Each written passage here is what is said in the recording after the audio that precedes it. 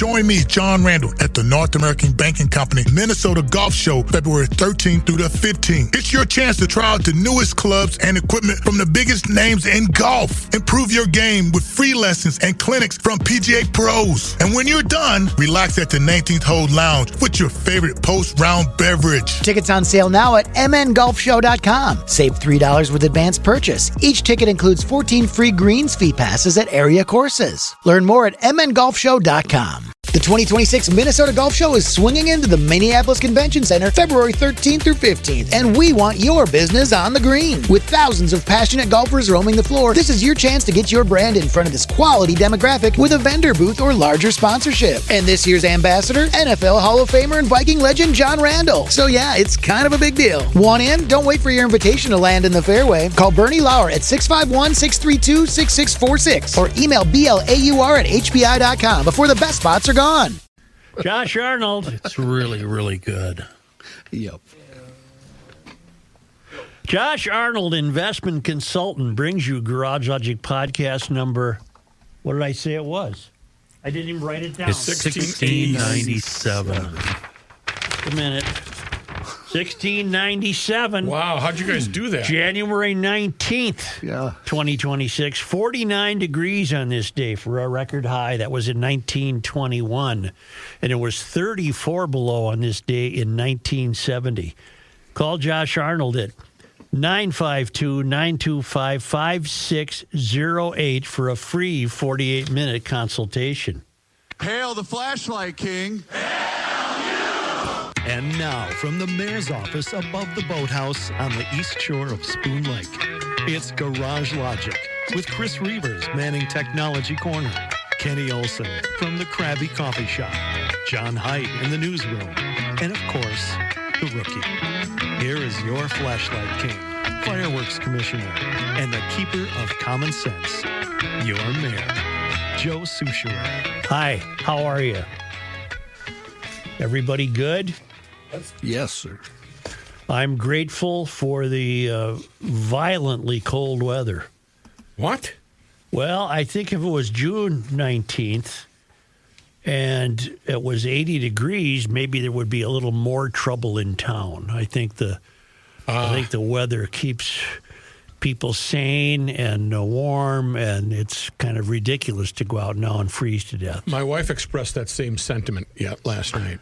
I got up at my usual time today, 4:30.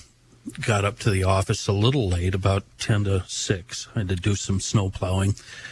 Logged on, got ready, saw that there were many crashes due to black ice. So I'm tweeting like mad. I get this report ready. I've got a minute and 20 to kill every morning, twice a morning for these reports. Or, twice an hour, right? First one's at 6:30. I'm sitting through the commercial break, and I'm trying to talk to Holly, the producer. Holly. Hello, Holly? Mm-hmm. No answer. That's rare. I get to the end of the break where it's my turn to do my traffic, and they do a bumper song. Turns out all of my talk is on replays today because today is a holiday. Yes. So you could have slept in. Not only that, Joe, my getting ready for work on Sunday involves going to bed at 7:30. I could have stayed up till midnight. You could have watched the Bears lose to the Rams in overtime because Caleb Williams wasn't in enough trouble when he threw a pass that got intercepted. He's got to be in trouble. He tied the game with a miraculous Jesus wept pass. Going with backwards seconds to go. Yes. And he tied the game. They went into overtime, and Caleb Williams threw an inopportune interception. You get that out of Caleb once in a while. You get miracles, and then you get those mistakes. But, geez, that was a fun game. Yeah. Now I think that it's written in destiny that Seattle will play New England for the Super Bowl. Because this Bo Nix character for Denver broke his ankle on the second to the last play of the game when they were beating. The next play. Who'd they beat? They beat Buffalo. Yeah. They beat Buffalo. And I thought I witnessed criminal behavior in that game by the referees. A catch was ruled not a catch. I'm so sick of that. And it was a catch. It clearly showed it was a catch. Truth will come out eventually. It's so fixed. Our president, well, Kenny, there's a time every year when I go through that and think it has to be. It couldn't be any more fixed than it already is. My father-in-law used to call it Commissioner's Weekend. Really? Yes. That's a pretty good one. Commissioner's Weekend. Well, but if that's the case, why wouldn't you have an entire nation rooting for Josh Allen? In that case, why wouldn't it have been rigged for Buffalo to win? Ask Las Vegas. Well, I suppose. Yeah, right. Our president did some extraordinary tweeting over the weekend. He told Norway's prime minister that he no longer felt obliged to think purely of peace and that the U.S. needed Greenland for global security. First of all, Don, the prime minister of Norway has nothing to do with the Nobel Prize. The government does not award that prize. It's it's a committee like the Chamber of Commerce or something. They get together and they award the prize. The government does not award it, but he said, because you didn't give me the Nobel Peace Prize. Oh my God. And that's Jonas Gahr Store, Norway's leader. He got the long text message from the president. And it said, considering your country decided not to give me the Nobel Peace Prize for having stopped 8 wars plus, I no longer feel an obligation to think purely of peace, which I don't think is a wise thing for a leader to say, no matter who it is around the world. That's although it will always be predominant, but can now think about what is good and proper in the United States of America, Mr. Trump wrote. I'm reading from a piece that was in the New York Times. And it's in the message, Mr. Trump questioned Denmark's claim to Greenland, saying there are no written documents, and adding the world is not secure unless we have complete and total control of Greenland. Thank you! Exclamation point. I'll bring this back locally in a moment. The tensions over Greenland have escalated in the past week, and the message injected a new level of uncertainty into Trump's campaign to gain control of Greenland. Greenland has been part of the Danish kingdom for more than 300 years. And world leaders have condemned Mr. Trump's insistence that the U.S. take it over. Mr. Storr said that Mr. Trump's text message was a response to a message that he sent to Mr. Trump Sunday asking to speak to him about the crisis over Greenland and about Trump's threat of using tariffs to pressure Denmark into selling Greenland to the U.S. Denmark doesn't want to. They want to hang on to it. Good thing going for 3 centuries. As regards to the Nobel Peace Prize, I have on several occasions clearly explained to Trump what is well known, namely that it is an independent Nobel committee, and the Norwegian government doesn't have anything to do with it. Mr. Trump has repeatedly challenged Denmark's claims to Greenland, but in decades-old agreements that the U.S. has signed with Denmark, the U.S. has, throughout history, recognized Denmark's connection to the island. A 2004 amendment to an older defense pact between Denmark and the U.S., which grants the U.S. broad military access, explicitly recognizes Greenland as an equal part of the Kingdom of Denmark. So, Don, you might want to just leave it alone. And in 1916, Denmark sold... I didn't know this. Did you guys know the U.S. Virgin Islands were once Denmark's? Did not know that. I did not know that. How did we acquire? Did we buy them? 1916, Denmark sold what are now the U.S. Virgin Islands to the U.S. for $25 million in gold.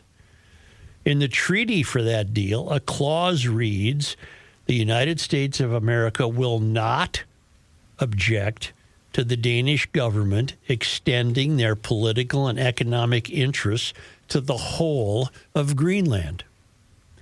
In the past year, as Mr. Trump has repeatedly vowed to get Greenland, Denmark has repeatedly rebuffed him. Denmark's position that it does not have the authority to sell the self-governing territory and that Greenland's 57,000 inhabitants will decide their own fate. Polls and interviews show that an overwhelming majority of Greenlanders strongly opposed to joining the United States. On Saturday, Greenland staged the biggest protest of recent months that amounted to hundreds. You know, they don't have that many people. Right. You know. Hundreds marched through the snowy streets of Nuuk, the capital, chanting, "No means no, Greenland is already great, and Yankee go home." Denmark and other European countries have sent more military forces to the island. Small groups of Danish soldiers dressed in green camouflage and dark woolen hats have been walking through downtown Nuuk. Beyond the harbor, a 200-foot-long Danish warship capable of breaking through ice has been patrolling the shoreline. Because, see, Greenland is part of NATO. Right. And if a NATO country is attacked, it is incumbent on NATO nations to rally on behalf of the country attacked. We don't want to mess with that. Great thinkers put together NATO. Great, serious people put together NATO, and it's hard to imagine NATO getting destroyed over Greenland. Mm-hmm.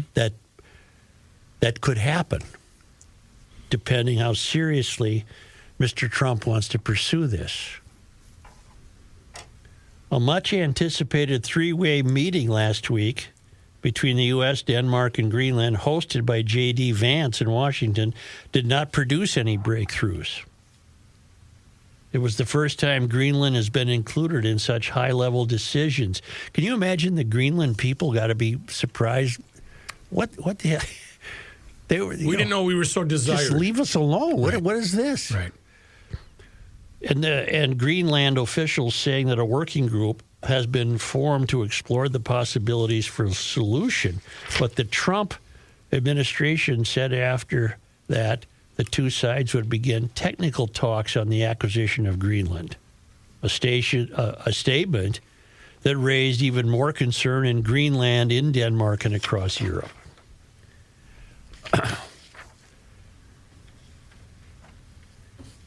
The pursuit of Greenland by Trump is beyond the pale. You know what that phrase means? Beyond the pale?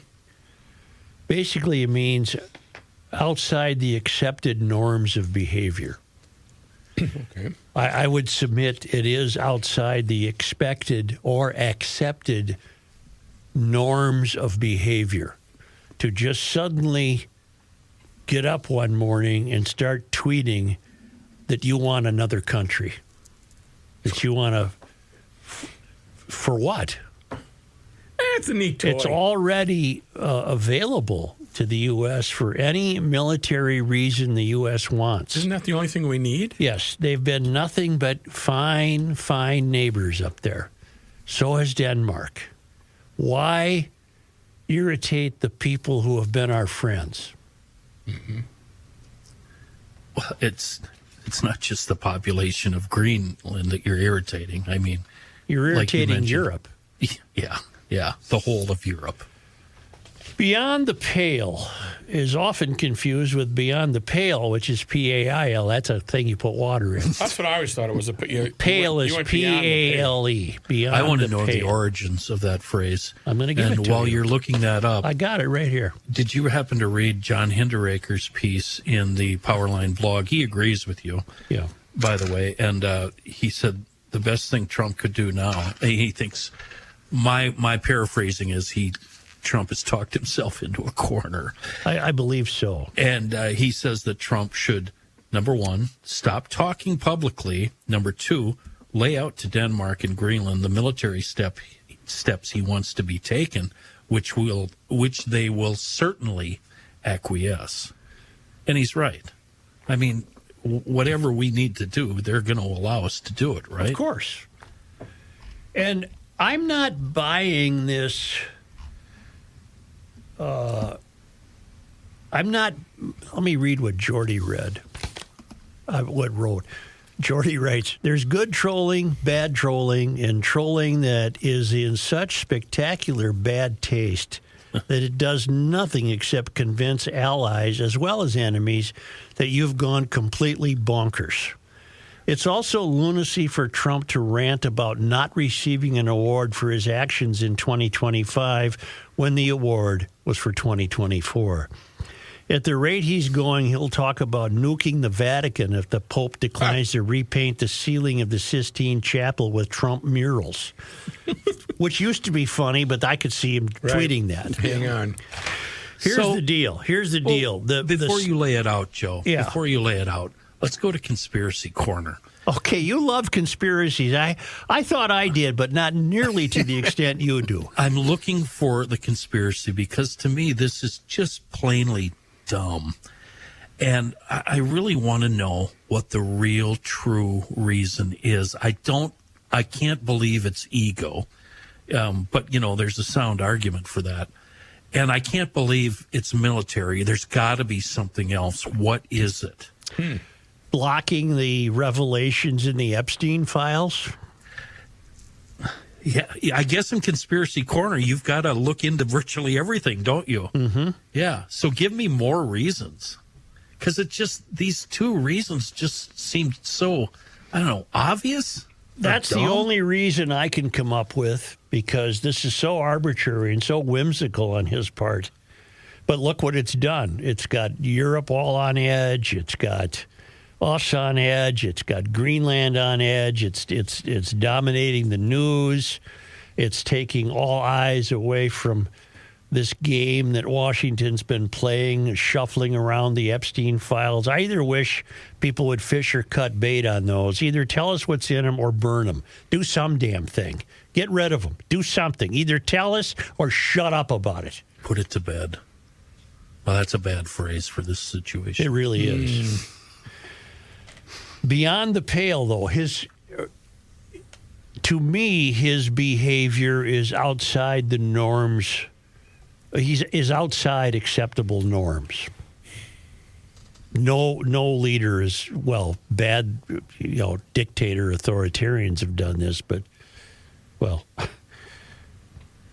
the pale was the enclosed and safe area inside the paling fence. P-A-L-I-N-G. To be beyond the pale meant being outside the accepted home area. Catherine the Great established the Pale of Settlement in Russia in 1791 for Jews, restricting trade between Jews and Russians. Some Jews were allowed to live beyond the Pale. The phrase earliest printed references in John Harrington's 1657 poem, The History of Polendor, and my printer cut off. They had printers back then? Firstly, let's get the spelling clear here. It's beyond the pale, P-L-A-E, and not beyond the pale. The phrase has nothing to do with buckets. The everyday use of the word pale is an adjective meaning whitish and light in color, used to that effect by Procol Harum and in countless quaint advertisements. However, there is another meaning of pale. A stake or pointed piece of wood. This meaning is now virtually obsolete except as used in this phrase. A variant of it, paling, is still in use, as in paling fence and impale. The paling fence is significant as the term pale came to mean the area enclosed by such a fence, and later just figuratively, the area that is enclosed and safe. So beyond the pale was to be outside the area accepted as home. And I would argue that beyond the pale is the most apt phrase to come up with for Trump in the Greenland case. He's outside our home. He's outside us, the U.S. He's outside our thinking. He's outside our notion of world peace. He's outside the dominion of being neighborliness, and he's out. Accepting he's beyond, Nobel Prizes. He's out there. He's beyond the pale. He's not in a safe area. He's not home. Beyond the pale. Pales were enforced in other various European countries besides Russia for similar political reasons. Notably in Ireland, the Pale of Dublin. In France, the Pale of Calais. The phrase itself originated later than that. The first printed reference comes from 1657, as I said, in John Harrington's lyric poem, The History of Polendore and Flostella. In that work, the character Ortherus withdraws with his beloved to a country lodge for a quiet calm and ease, but they later venture further. Both dove-like roved forth beyond the pale to a planted myrtle walk. In other words, they left the comforts of their lodge and they got in over their heads. Mm-hmm. They were beyond the pale. Such recklessness rarely meets with a good end in 17th century verse. And before long, the lovers were attacked by armed men with many a dire killing thrust. Jeez. The message is clear. If there is a pale, decent people stay inside it. If there is a pale, decent people stay inside it, which conveys exactly the figurative meaning of the phrase as it is used today. As a correspondent has helpfully pointed out, although Harrington's poem was published in 1657, he died in 1612. That date, and most probably some years earlier, had to be the not later than date for the origin of Beyond the Pale. So Trump has left a safe space. Trump has left home. He's entering into a reckless and dangerous exercise that could not end well. How much more does he want? So there you have it. That's my take on this. It can't possibly end well. I don't know how it could. I don't know how this could end well. At the very least, you could bluster your way into Greenland. We certainly have the mighty force that could overcome Greenland. But then what if Europe decided to actually adhere to the rules of NATO and fight back? Why would the United States want to be at war with our friends? This isn't like going into Venezuela and taking over a dictator. So, continuing to imagine the reckless outcome, what if Europe said, we can't do this? We're not going to fight the United States. A, it's unseemly. It's beyond the pale. And B, we'd lose. So I guess they're just going to take it over. And all of that would result in extremely bitter feelings between the people we've counted on as our friends for 100 years or more. It would just result in just this extraordinary bitterness, not to mention what role 57,000 Greenlanders would suddenly find themselves having. I have no idea. Yeah, what does that mean if you take it over? They have to vote on the first Tuesday in November? Or what is... How many people in Greenland would even know that they've been taken over? All of them. They all live on the coast in towns and villages? Well, I would imagine that the majority of the 57,000 people are very aware of what's taking place. You don't think they're just farmers that are in rural country and just It's a small island. I think the word would get around. This isn't his Louisiana Purchase, is it? No. Is he being pushed by a big business because of a known but yet to be named rare exotic mineral? I don't think so. I think mining would be extra difficult in Greenland due to the ice. Well, plus, can you imagine how many years before that came? Who doesn't love this time of year? Football playoffs are here, and Underdog is the best place to get in on all the action. Underdog is so easy, you just pick if your favorite players will go higher or lower on stats like touchdowns, rushing yards, receptions, and more. If you get your picks right, you could win up to 5,000 times your cash. So many great players to choose from this time of season, but the way I look at it, I think Matthew Stafford to go higher on yards passing is always a good way for me to go, and Saquon Barkley's a nice pick to go higher on rushing yards. So what are you waiting for? Download the app today and use promo code GARAGE to score $75 in bonus entries when you play your first $5. That's promo code GARAGE. Underdog. Make picks. Win money. Must be 18 plus. 19 plus in Alabama and Nebraska. 19 plus in Colorado for some games. 21 plus in Arizona, Massachusetts, and Virginia, and present in a state where Underdog Fantasy operates. Terms apply. See assets.underdogfantasy.com/web/play and get terms _DFS_.html for details. Offer not valid in Maryland, Michigan, New Jersey, Ohio, and Pennsylvania. Concerned with your play? Call 1-800-GAMBLER or visit ncpgambling.org. In New York, call the 24/7 Hope line at 1-8778-HOPE-NY or text HOPE-NY 467-369. Came to fruition. Might be 50 years before you pulled out a piece of metal that you need. What is Greenland rich in? All sorts of minerals. There's minerals. Untapped. But here, I don't think it's complicated. I think he's a disturbed human being, and he needs another place to plant his flag to say, "Look what I did." I'm sorry. I can't go with this. I can't go with this guy. Well, then it's his Louisiana Purchase. He thinks this is going to be part of his legacy.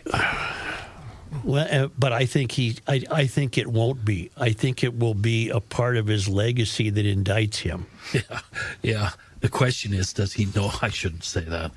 Does he even know what the Louisiana Purchase was? Well, that's a good question. We kind of snuck one in there, didn't we, with the Frenchies? I'm not sure he does.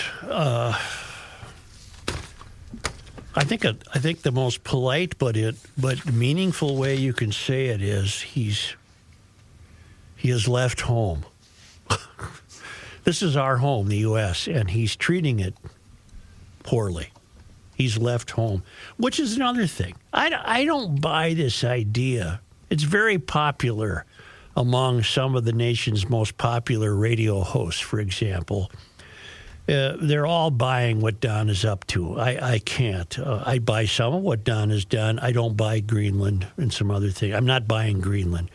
But what these popular, highly rated radio hosts are conveying to their listeners is that this is all part of Don's plan to protect the Western Hemisphere, to insulate the Western Hemisphere from threats by China and Russia. I'm not buying that. We've survived post-World War II for 80 years with our freedom, and our strength has been more than enough to protect us. If anything, we'll be destroyed from within, not from without. So you agree that China and Russia are a threat, just not enough of a threat to be worried about because I don't think taking over Greenland will inhibit Russia or China in the event they just wanted to go into a full-out nuts crazy war against the U.S. What does owning Greenland do for you in that point? At that point, nothing. So I think this is Don being Don, and he's left home. That's my new phrase for Don. He has left home. What's after Greenland? Venezuela. We got Greenland, Venezuela. Then what? Why would he stop? Greenland is about 2,800 to 3,700 miles from Moscow. Greenland is roughly 1,400 to 1,800 miles from New York City. Always has been. Really? Always has been. Yeah. I'm just wondering. I mean, I'm just shooting arrows in the dark here, trying to figure out, I don't think there's anything to figure out. I think it's time the country, it'll be difficult. The people who believe that Trump is doing the right thing, no matter what he does, they seem to me to be exhibiting the traits of cultists. No rational thinking American could think that his wishing to dominate Greenland has anything to do with anything except him. Look what I did. I got Greenland. Oh, that being said, if we got Greenland, what do we do next? We already have a base there. I don't think Trump took secret documents to Mar-a-Lago because he was up to no good. I think he wanted to take guys down to that room and say, look what I got. Look at this. This page has secret codes on it. I think he wants to be. He's left home. That's the most polite way. This is the most polite way I can state it. Donald Trump has left home. What could we do there? Matthew kind of had this question. What could we do there militarily if it was ours that we cannot do now? Right, we're there already. We've got friends that are there already. And I mean, as far as defense measures. Well, now you're playing a physics game. How much closer is it to Moscow than? It's much closer to New York than it is Moscow. Well, we already have the means to be as close to Moscow as we want with volatile weapons. We have ships. We don't need to be We there. have airplanes. But it doesn't mean anything. Right. And if you want another satellite tower, the people in Nook will say, build it. Go ahead. Who do you think the guys that Trump is showing this to? Who, does he have friends? Who is he showing the ledger to? That hey, we got Greenland here. I think he has acolytes. I'm not sure. Sycophants. I'm not sure he has friends. I understand sycophant better. Is that the kind of the same way whenever you invite anybody over to your garage, you break out from under your bench in the box it came in? All the time. That light that goes on the top of a boat? What is that light called? I'm not following the analogy. I think that's a perfect, because it's always, hey, check out what I got. Look at this. And out comes the box. This thing is an antique. I got it 1927, built for. No, it's still in the box. It's still in the box. Ivolite. Yeah. He doesn't even Rare deny piece. it. He doesn't even deny it, Kenny. But the difference is I didn't steal it from anybody, and I didn't. I thought you bought it from the Danes. I didn't even buy it. I just somehow, I don't even know where I got it. I probably gave it to you as a present. Well, that's going to hold up in court. He's just declaring right now, so it's office. Anyway, I'm not buying this story being peddled by the radio guys. Well, this is Don just making sure we're all right here in the West. No, we're good. No, we're fine. We're good. I'm more worried about Minneapolis, St. Paul at this point. I saw Nikimi. She's out there.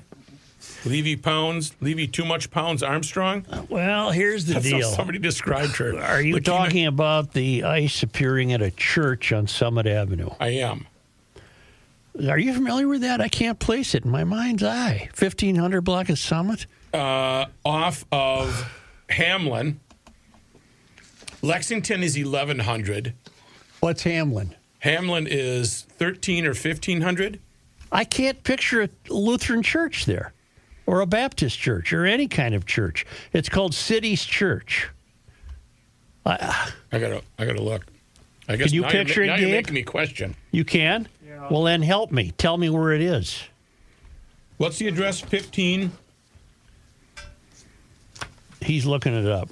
Here's what it looks like. Oh, I'm being shown a picture of it. Oh, it's okay. right off of, looks like Saratoga. I've seen that. It's not on Summit then. No, it's between Summit and, what would that be, Grand? It's on the side. What's the street between Grand and Summit? There isn't one. Oh, so that's an alley I'm looking at. So, yeah. It's like a side street. Yeah, it's close to Saratoga. Can you picture it? Yeah, Rick? I can picture it now. So you turn off of Summit to get on there. It's not. It doesn't face Summit like the House of Hope or whatever. You've got to turn onto the side street, and it's there before the alley. The Department of Justice says it is investigating an anti-ICE protest that disrupted services at that church Sunday morning. Activists with the Racial Justice Network, that's Nikimi's deal, disrupted church services at City's Church in St. Paul. They're opposed to the pastor at that church. ICE is. His name is David Schultz. No, David Schultz is somebody else. What the hell's his name? David Easterwood. David Easterwood. He's the pastor. I don't know who he is. I don't know him. I've never met him. Protesters went to the church because they say the pastor in question, David Easterwood, is also the acting field office director for ICE in Minnesota. The protest was documented in part by former CNN anchor turned YouTuber Don Lemon. Boy, he's a minor league player, isn't he? Mm-hmm. Video from Black Lives Matter Minnesota also show protesters chanting. Okay. This cannot be a house of God while harboring someone directing ICE agents to wreak havoc on our community, attorney Nakima Levy-Armstrong told Lemon, explaining why the group was at the church. I am a reverend on top of being a lawyer and an activist. Did you know that? Nakima is also a pastor. I didn't know I knew she was a lawyer. I didn't know she was a... well, she's a lawyer, activist, and a woman of the cloth. She said, so I'm here in the power of the Almighty God. Okay, Fox 9 did confirm that a guy named David Easterwood is the acting field office director for Minnesota. Easterwood is routinely named in DHS court filings. However, Fox 9 was not able to confirm the acting director is the same David Easterwood as listed as the pastor. Interesting. Of City's Church. Easterwood did not appear to be on hand for Sunday services, but the church's lead pastor, Jonathan Parnell, did speak with Lemon. Parnell said the protests inside the church were shameful. It's shameful to see anyone interrupt a public gathering of Christians in worship, said Parnell. I have to take care of my church and my family. Parnell then asked Lemon to leave unless he was there to worship. It's very unlikely Don Lemon would be anywhere to worship anything. People have asked me, do I oppose what ICE is doing or how they're doing it? I only oppose how they're doing it. I happen to believe that in order to have a country, you need borders, and you just can't willy-nilly be here anytime you want illegally. I support the idea of immigration control enforcement. I do not support the way it's being done. I'll continue to stick to what I've offered as my solution, which is meaningless.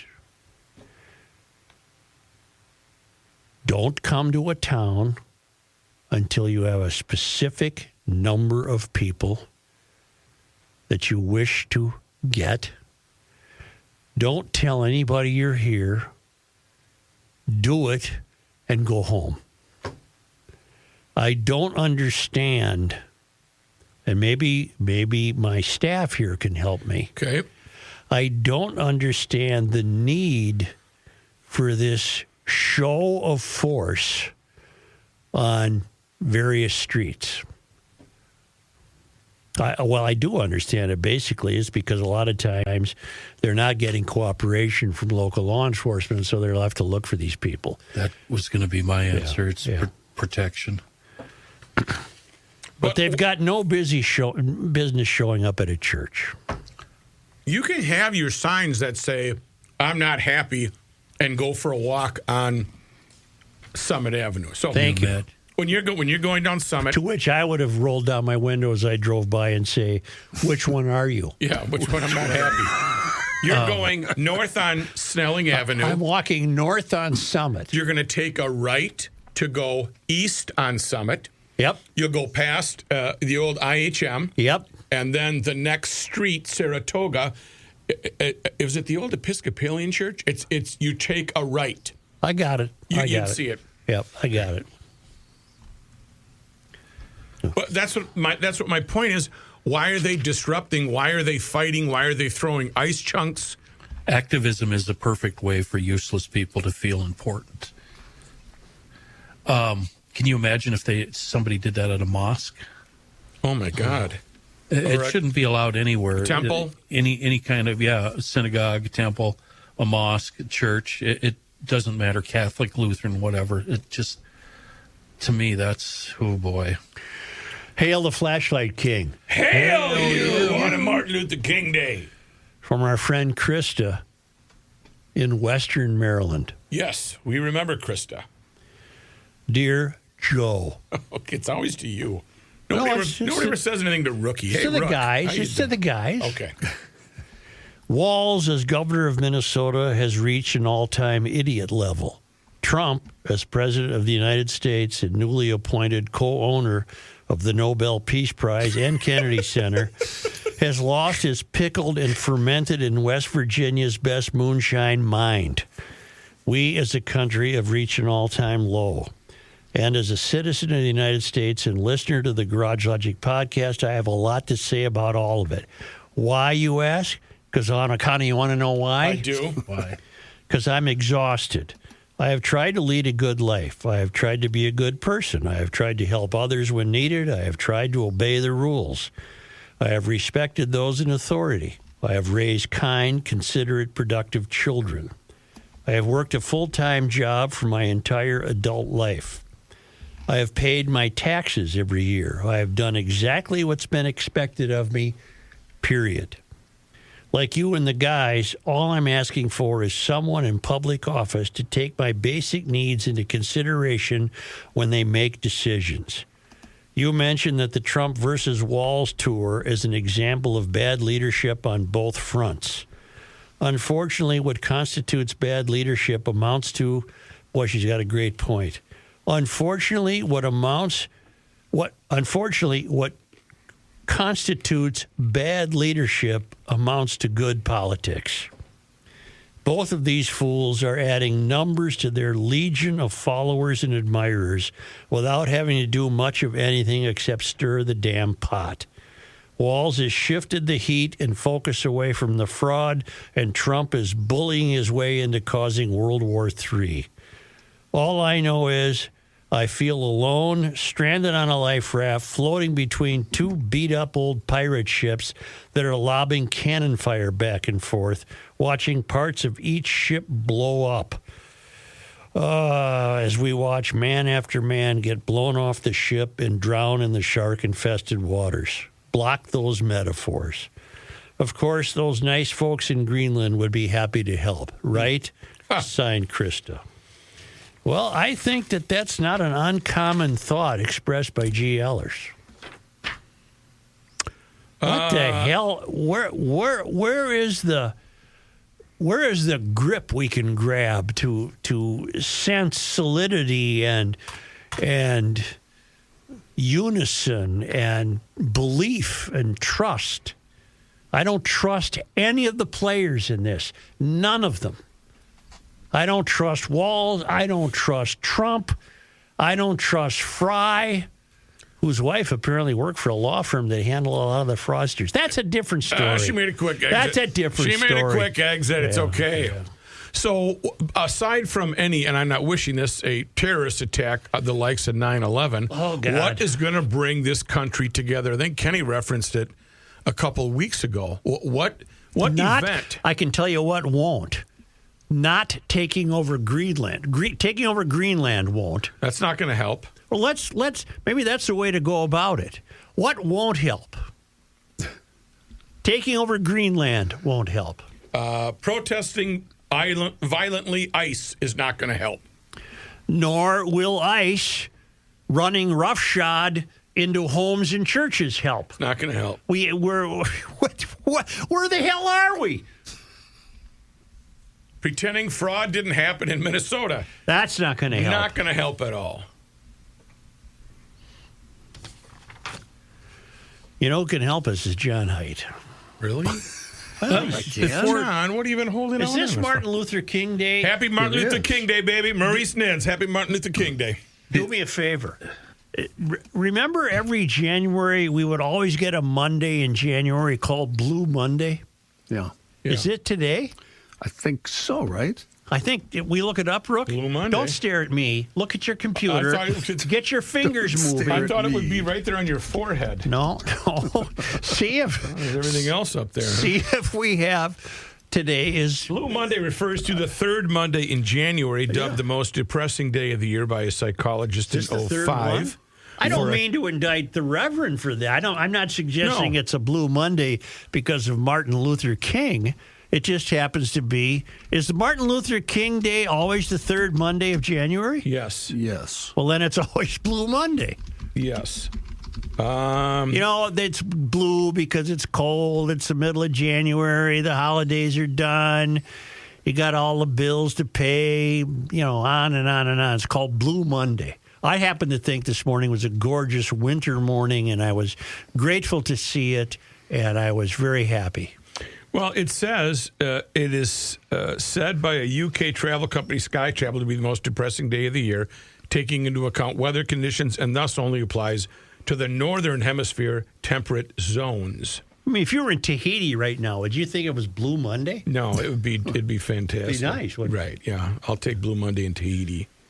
Kenny, I hope that doesn't cause you some despair that this is Blue Monday. Oh, there's a formula that I way beyond my pay scale. It could only make me happier. What's the formula, Rook? W plus D minus D x TQ to the square. Never mind. Yeah, it's way too. Here's John Haidt in his newsroom. Wow, thanks, Joe. Yeah. This news is brought to you by North American Banking Company. The Pentagon has ordered about 1,500 active duty soldiers to be ready just in case of a possible deployment to Minnesota. The officials who spoke on condition of anonymity to talk about sensitive military plans said 2 infantry battalions of the Army's 11th Airborne Division have been given prepare to deploy orders. The unit is based in Alaska and specializes in operating in Arctic conditions. One defense official said the troops are standing by to deploy to Minnesota should President Trump invoke the Insurrection Act, a rarely used 19th century law that would allow him to employ active duty troops as law enforcement. Okay, are they needed right now? I would say no. Plus, are they going to arrive by parachuting in? Choppers? Well, they're the elite Alaskan types who know how to handle cold weather. Seriously, are they going to... It wouldn't put it past me if he orders them to be dropped by just parachute. Just have some theater? Yeah. Like the night before D-Day? Yeah. Yes. Gliders. He would have them parachute in. But do you think those guys and gals that are jumping out or whatever are thinking, why do we have to do this? We're going to do it because we're ordered to, but is this really necessary?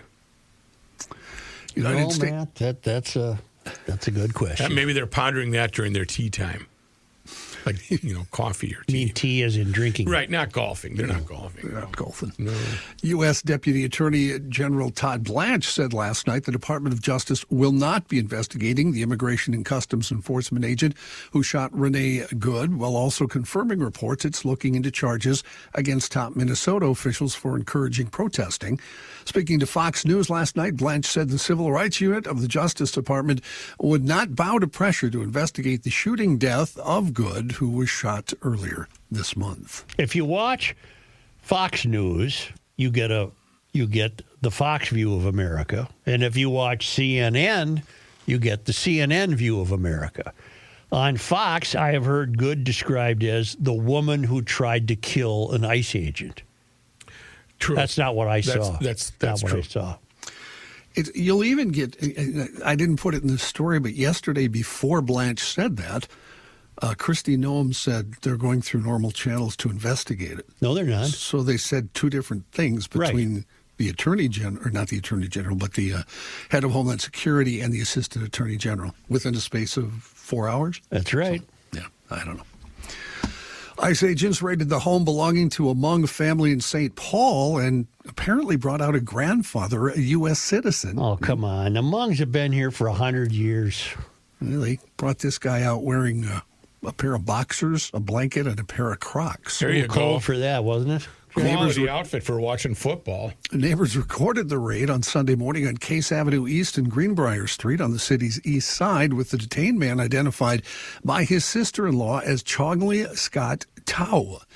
Lynn C. Mua says Chogley is a U.S. citizen with no criminal record. An armed agent, she said, broke down the door without a valid warrant, pointed guns at the family, and handcuffed the grandfather in front of his 5-year-old grandson. Collie Herr's not going to like this.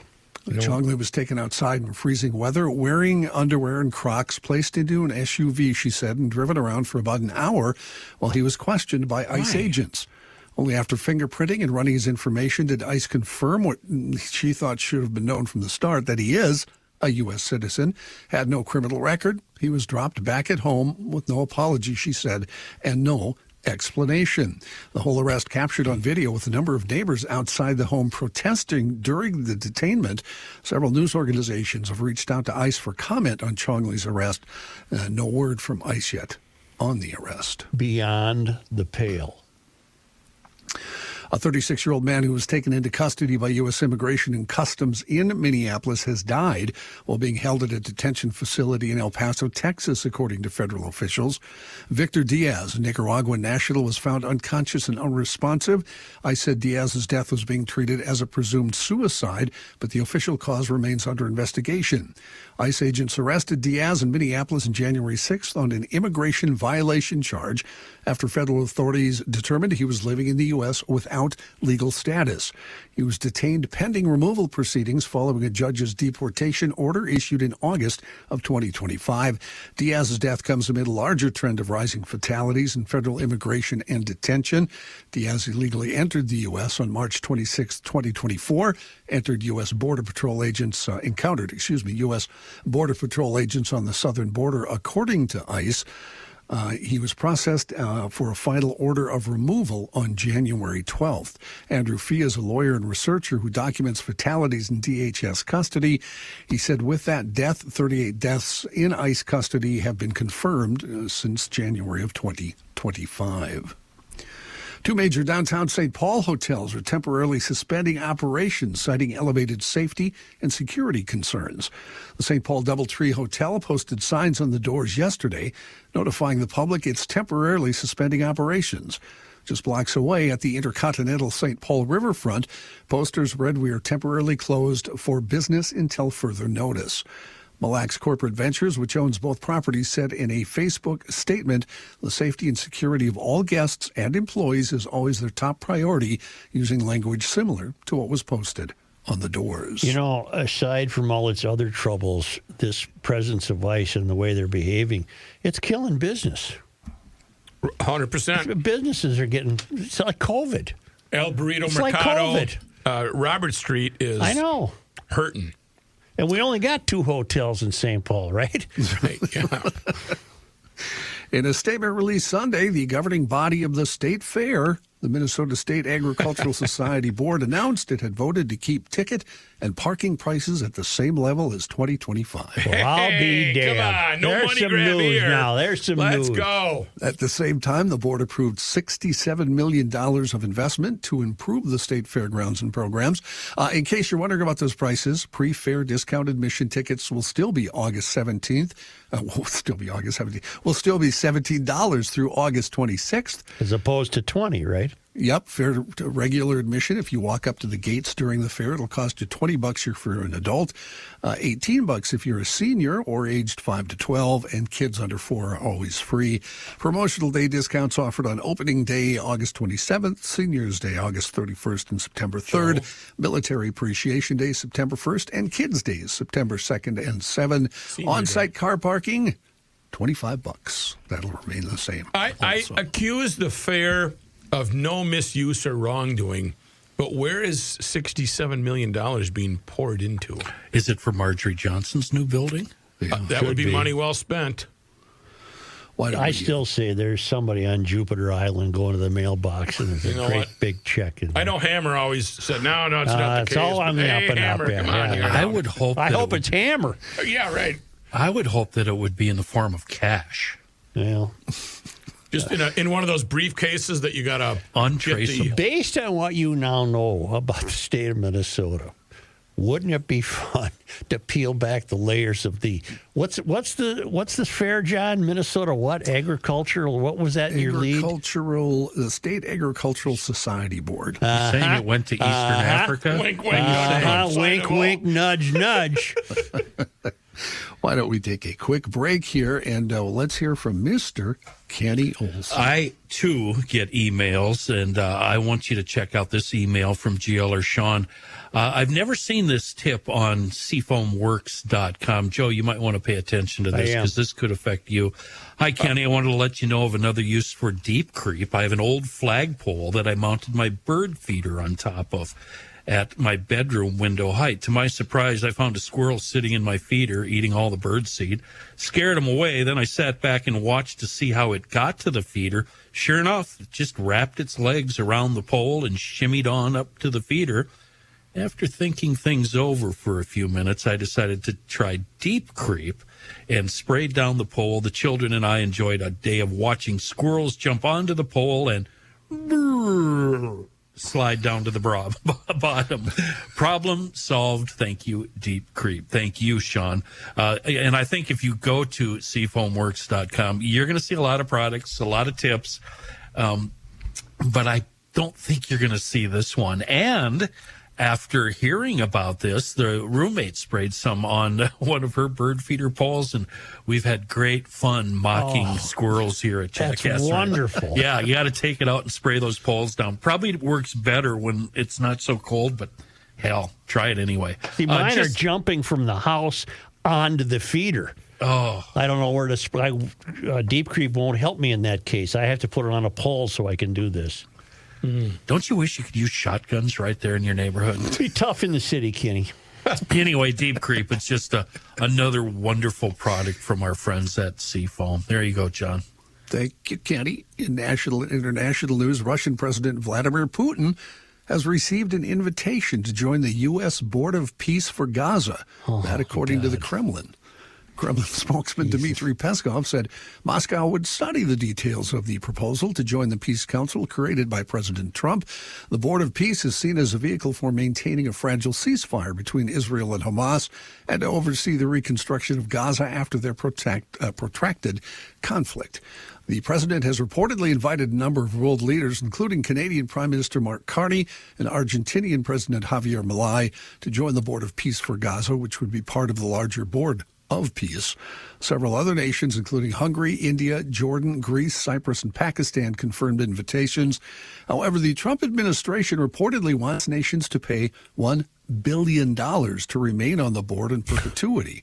That, according to Bloomberg, citing a draft charter for the proposed group. The White House, as of yet, has not confirmed the Kremlin statement that Putin was invited. Wait. Are you telling me that I give you a bill, I can be on the board?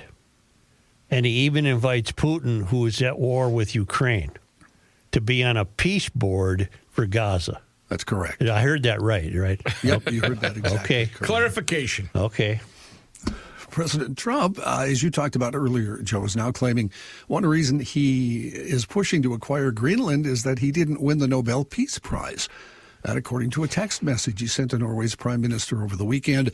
Jonas Gahr Store, Norway's leader, received the text message on Sunday. He said, considering your country decided not to give me the Nobel Peace Prize for having stopped 8 wars plus, I no longer feel an obligation to think purely of peace, although it will always be predominant, but can now think about what is good and proper for the United States of America. As you noted, Joe, Norway, the country, is not who awards the Nobel Peace Prize, an independent committee. Who wants to tell Don? The Nobels. I would not want to be that guy. The government doesn't have anything to do with it. Meanwhile, related to that, the 8 European countries targeted by U.S. President Trump for a 10% tariff for opposing American control of Greenland blasted the move yesterday, warning that his threats undermine transatlantic relations and risk a dangerous downward spiral.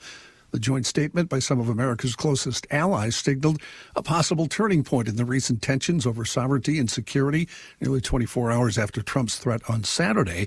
The unusually strong joint statement comes from Denmark, Norway, Sweden, France, Germany, the United Kingdom, the Netherlands, and Finland. And it said troops sent to Greenland for Operation Arctic Endurance pose no threat to anyone. The 3 highest-ranking Roman Catholic clerics who lead archdioceses in the U.S. said in a strongly worded statement this morning that America's, quote, moral role in confronting evil around the world is in question for the first time in decades. Their critique of the Trump administration's principles, well, not naming President Trump by name, escalates the American Catholic Church's denunciations of the country's top leaders. 2026, the country, they said, has entered the most profound and searing debate about the moral foundation for America's actions in the world since the end of the Cold War. The statement was issued by Cardinal Blaise Kupich, Archbishop of Chicago, Cardinal Robert McElroy, Archbishop of Washington, and Cardinal Joseph Tobin, Archbishop of Newark, New Jersey. President Trump issuing a flurry of pardons on Friday, including for the father of a large donor to his super PAC, a former governor of Puerto Rico, and a woman whose sentence he had commuted during his first term, but who ended up committing another crime. There you go. Let her out again. Third time's a charm. Let's go. Come on, Drusilla. Get it right this time. That was Adriana Camberos. Oh, excuse me. Yeah. Adriana. I'm letting you out till you go straight. Thank you. He commuted the first sentence. He's going to learn. Right before leaving office last time around.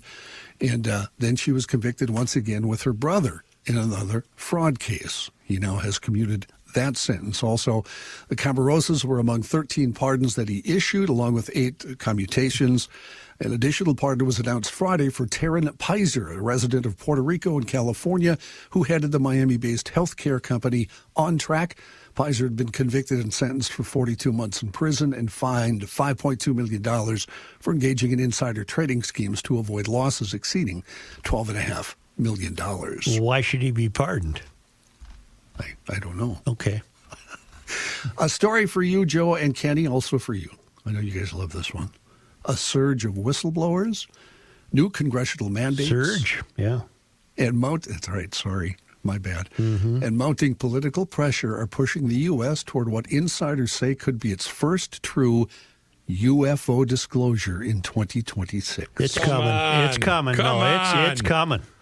Researchers told the Daily Mail a growing number of insiders from the military and intelligence community are now ready to testify publicly, making continued secrecy increasingly difficult to maintain.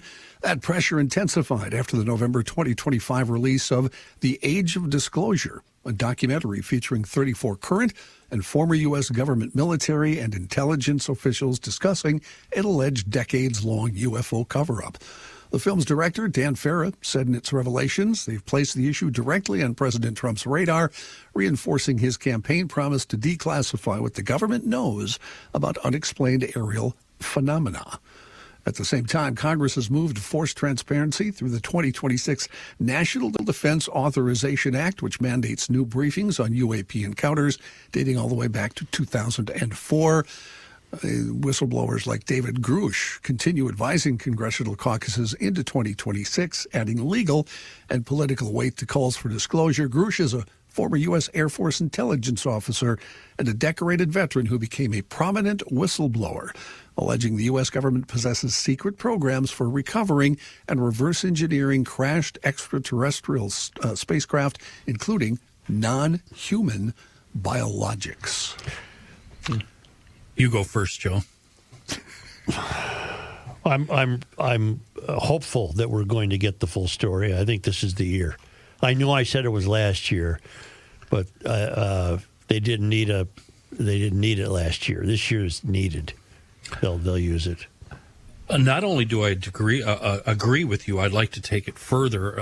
When the world figures this out, everybody will collectively realize that life as we know it on Earth is completely pointless and stop paying mortgages, stop obeying the laws, and just live life as you want to. Yeah.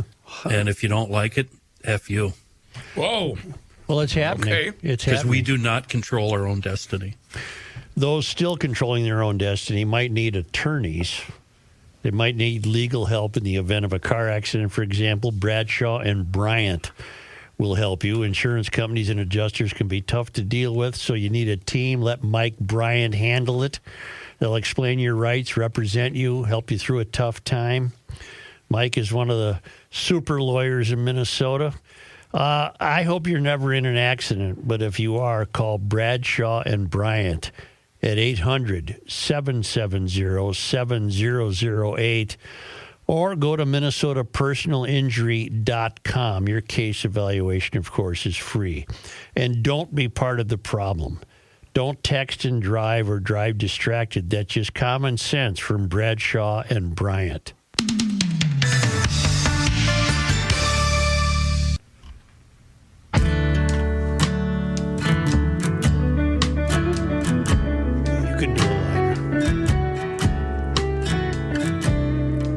so dedicated, he works on Martin Luther King Day, and he doesn't even get time and a half. Here's Joe Souchere. It's Blue Monday. You know what's funny at work, at the airport? Yeah. Not an open shift today. Why? Time and a half. Oh. Everybody's car started. Nobody was late. Everybody was fighting to get shifts in today. Joe and crew, see, you got mentioned. Oh, it's about time. When returning home from running errands yesterday, there was a package at the door. To my great surprise and confusion, it was a Masters Maples gift pack for being picked GLer of the week. Nice. I had no idea that I had been picked, as I watch all podcasts and did not see this. The thought of missing one or a portion thereof is possible, though. Please tell me which day this was so I can calm my mind. Thank you. Jerry in Kentucky. I have heard it said many times that most cannot afford to leave Minnesota, but I could not afford to stay. Good luck, Jerry in Kentucky. I would love to tell you when that was, Jerry, but I'm unaware of ever awarding a Masters Maples gift pack to anyone in Kentucky. But I'm glad you got it, Jerry. Well, the addresses aren't always clear, so he may have got it by accident. Well, I'm glad you got it, Jerry. Probably why he didn't hear his name mentioned, and it just take the money and run. Masters Maples. Yes. Yeah. I used some on the roast that I had. I made a crock pot roast yesterday. I'm very happy. Kenny, did you hear that? You did that. What time is it, Kenny? What now? I don't know. Do you have the Ilhan Omar update theme, or is that too much of an imposition? You might be unfamiliar with where Mr. Reavers keeps that. It's not important. It's not important. Check his email. It's fine. But we do learn that she's very upset with the immigration enforcement. Okay. Well, I'm upset with how. I'm not upset with immigration. I think there should be an immigration enforcement. Mm-hmm. She said she never thought she'd experience such conduct in the God bleep United States. I don't need it now, boys. When I say it's over, it's over. We don't need it. We don't need it. Here's today's Ilhan Omar update. There, I did it. No, that's not how it goes. I don't want to curse, but those of us who escaped places like Somalia, the one place where we thought we would never experience this is the U.S., the gall dang United States. She was swearing mightily. Sure.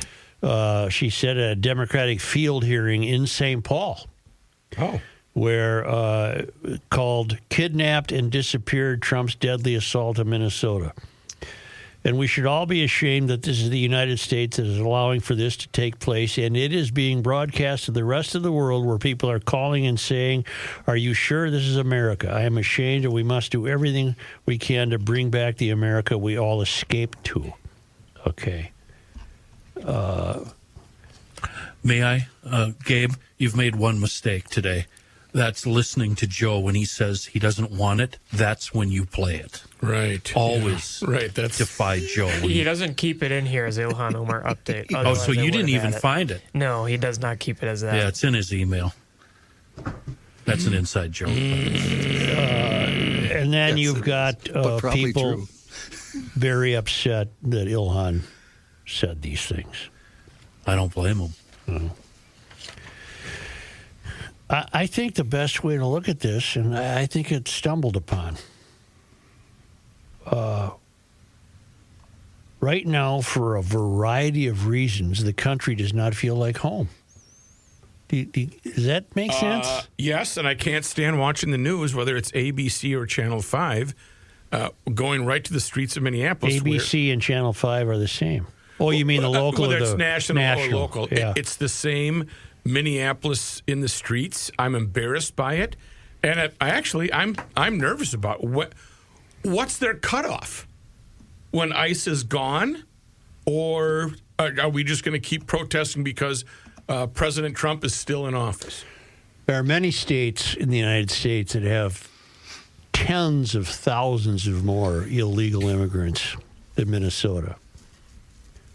So he's got his vendetta against This, Governor again, Walz. I think it started for Trump to put his signature on his anti-fraud beliefs, which are fine. But then, somebody had to tell him that, well, most of the fraud was Somali people, many of whom are citizens. And said, but he's here anyway, so he figured, well, what the hell? Right, what else can we get Let's him on? I continue to think this is a urination match between Walz and Trump.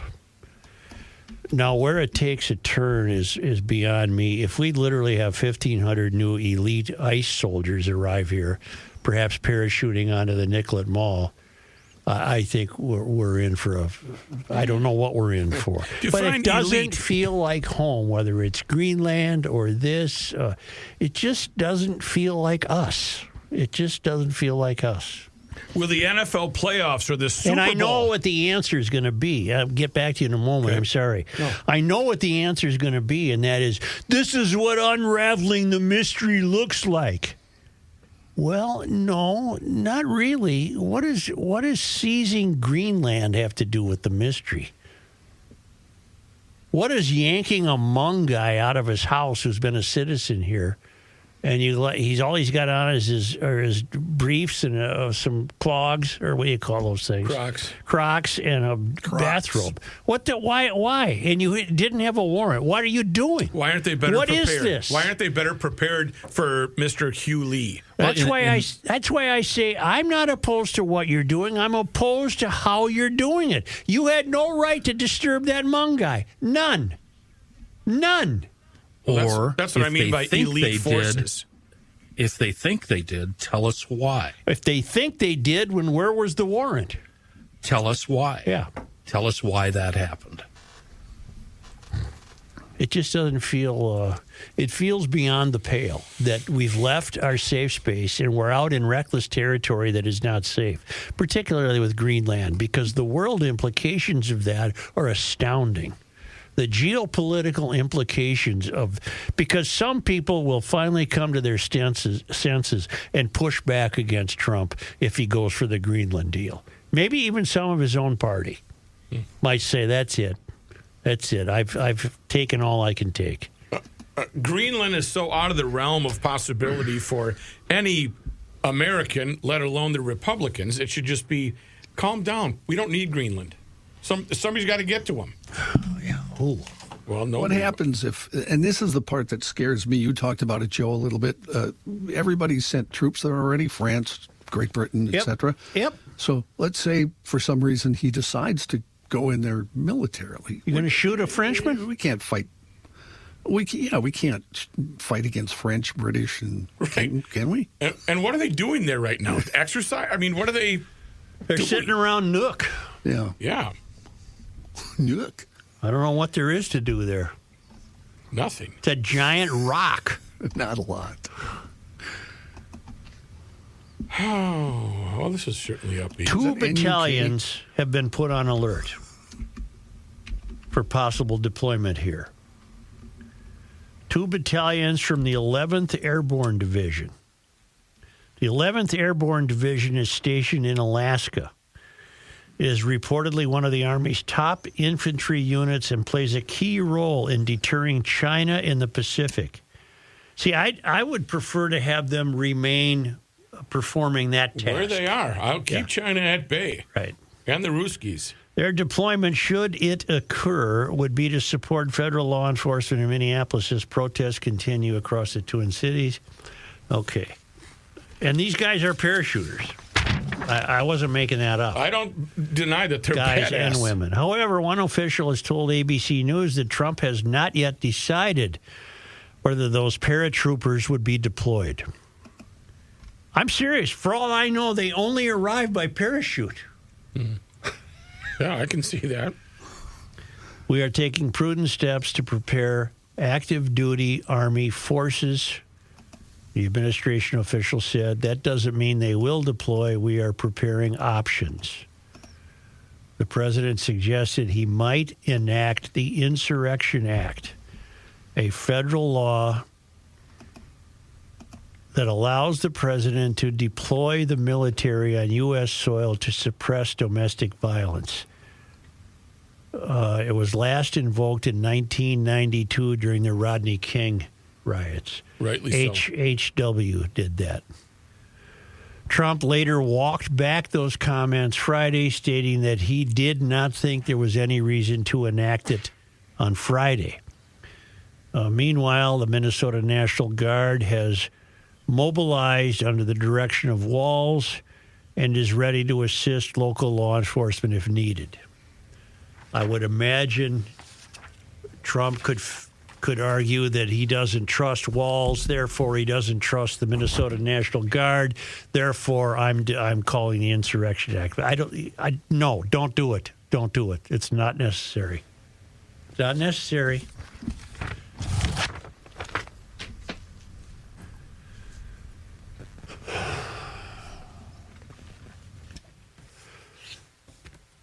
Patrick did say to the staff today, he texted everybody and said that he's been cleared of his last hurdle and freed from his rehab obligations for his new knee. And he did add that I guess those 60 years of staying in shape have really paid off. Gents, graduated from rehab this morning 2 weeks early. I knew that staying in prime physical condition the past 6 decades would pay off eventually. Signed, Royce. Oh, my God. Well, he's true. It's right. It happened. He's to free. which I responded, I need to get on your workout regimen. Well, you go for the Royce walk, don't you? That's where you're in your truck with your arm on the windowsill and you're just driving along slowly on a gravel road. Yeah, that's shooting things out an open window. Yeah. Pat, are you out there? He's just walking in. Okay. And I mean, he's walking. He's walking. He can walk now. What? I am good. Yeah, he's good. He's here. All right, very good. It's a good thing he doesn't smoke, huh? Yes, we are. Yeah. It was on this day, and it's only because they come to us all the way from Kaiwaka, New Zealand, from the Traveling Lymans, whose travels can be followed at worldwidewaftage.com. Sometime, Tom, explain to us why you've chosen New Zealand for this fairly long-term stay. For all I know, they're in the middle of some New Zealand game preserve or what, you know. John, have you ever looked up Kaiwaka? I looked it up the other day only for the temp because you said it's probably warmer there. Is it a big town? I did not. Let's do it again. Kaiwaka, Kaiwaka, New Zealand. Is it famous for something? Is it? It's a rural settlement in Northland, New Zealand. All right. The Kaiwaka River runs from the east through the area and joins with the Wairau River to form the Otamatea River. Oh, yeah. It was established in the 1850s during the timber and gum trade. Oh, boy. During the late 19th and early 20th century, both the road and railway line north passed through town. Became a trading and commerce point in the 1850s, 1880s also. Let's jump to today. I'm looking. We're up to the 1950s here. Notable places, the Utopia Cafe. Oh. It doesn't sound like a nature preserve. There does not look to be a major city here anywhere. All right. It looks mostly rural with small communities. The Kaiwaka settlement had a population of 783 in the year 2023. Oh, for Pete's sake. They're in rural New Zealand. On this day, January 19th, 1836, 6 students attended the opening of the Lake Harriet Mission School for the Dakota, founded by the Reverend Jebediah D. Stevens. Yo, Jebediah. The school was sponsored by the Presbyterian Missions Board and taught by the founder's niece, Lucy C. Stevens, in a cabin built by Gideon H. and Samuel W. Pond. Was on this day, January 19th. in 1862, Seeing battle for the first time and suffering 45 casualties, the 2nd Minnesota Volunteer Infantry Regiment played a key role in the Union victory at Logan's Crossroads, Kentucky. On this day, January 19th, in 1928, Danon Katagiri Roshi was born in Osaka, Japan. A Zen Buddhist abbot and teacher, Roshi moved to Minnesota in December 1972 and founded the Minnesota Zen Meditation Center, located in Minneapolis near Lake Calhoun. I'm sorry, Bidet Makeup. Please. Yeah. I wonder if that still exists. That sounds like something we should all go to. A yoga place? The Zen Meditation Center. Why don't you talk to Mr. New Knee? He's got like 100% radius in his, the way he can bend his knee. What's that got to do with the Zen Meditation Center? And yoga are two different things. What are you talking about? Meditation and yoga are the same thing. On this day, January 19th. Oh, she was a babe. Downward dog. On this day in 1935, Tippi Hedren was born. Hey. Oh, Natalie Tippi Hedren, who later starred in The Birds, was born in Bram. New Ulm. Oh! New Ulm. She loves Schumachers. Okay. Is Tippi short for something?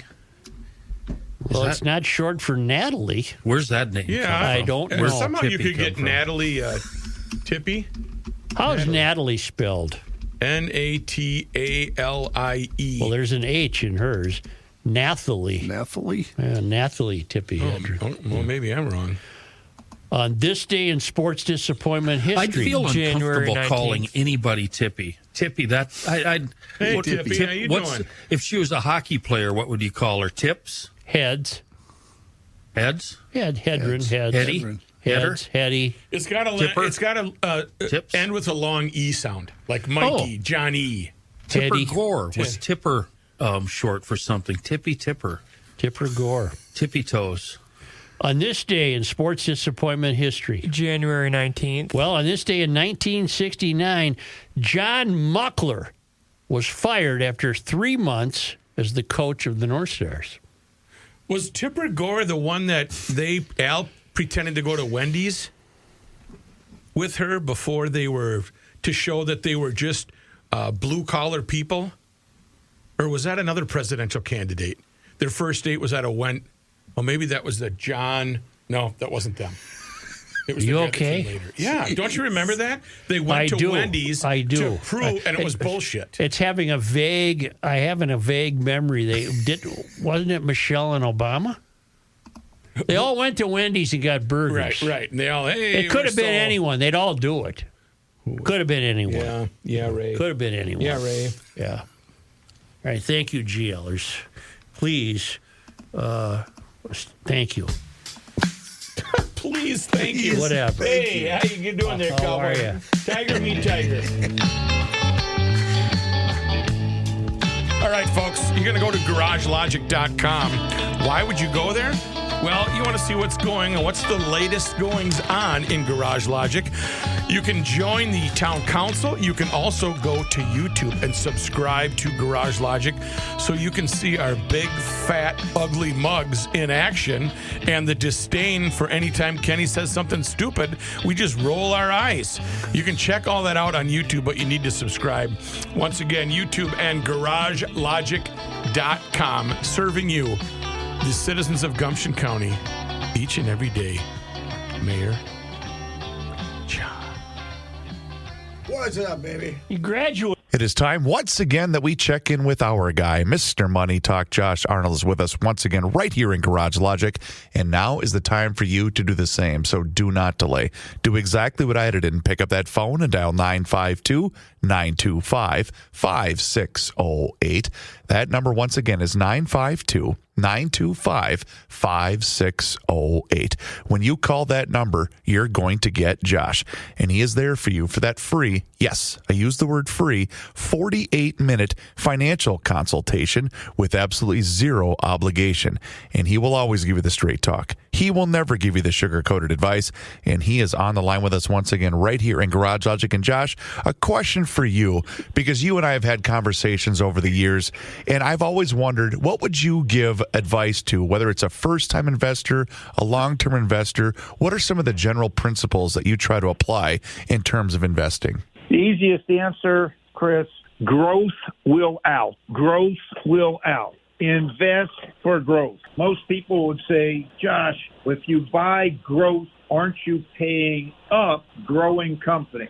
Well, you might be, and then again, you might not be. Because the next question is, well, isn't buying value-oriented companies with the lowest price-to-earnings multiples, the lowest price-to-sales multiple, isn't that a better strategy than going just for growth? Well, the idea is that growth will out. And that has been proven to me and proven to other investors time and time again over long periods of time. Growth will out. Now, there are a lot of companies that will say in their infancy or when there's just an idea out there, that those companies that are involved in the fastest growing industry, and there become more and more of them, tend to skyrocket very quickly in value. And then it is found over a period of time that they're not earning money, that their sales aren't growing.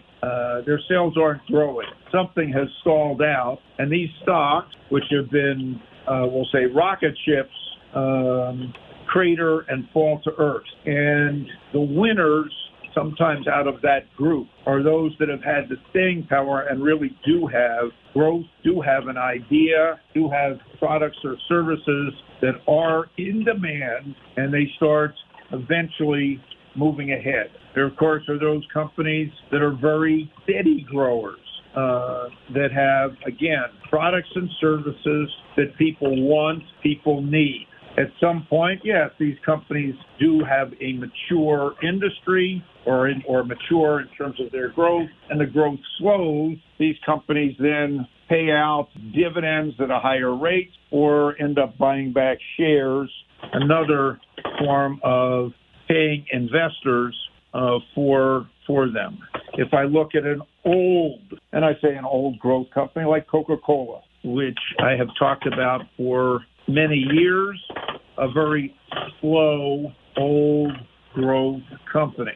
It doesn't grow at 10 or 12 or 20%, but it's a very steady mid-single digits grower, and they do grow their dividend every year, and they do buy back some shares, and they have a product, or actually several products, that people can't be without. Water, for one, and we'll say milk, juice, coffee, tea. Coca-Cola, as an example, sells over 200 products in over 200 countries around the world. Very, very steady company. Is it going to go to the moon? No. Is it going to provide a level of safety? Oh, yes. And it's going to provide a very nice dividend yield that's going to grow over time. I'll say one of the best investors long-term, Warren Buffett, has included Coca-Cola in his portfolio, Berkshire Hathaway, for decades. At the price that he originally bought it and added to, the shares, yes, have gone up, but what has increased even more is the dividends that are paid out, and the dividends that are paid out relative to his cost basis give Berkshire Hathaway and Warren Buffett a dividend yield, we'll say, in excess of 15%. But again, that's over a long period of time, and Coke is just an old, staid company.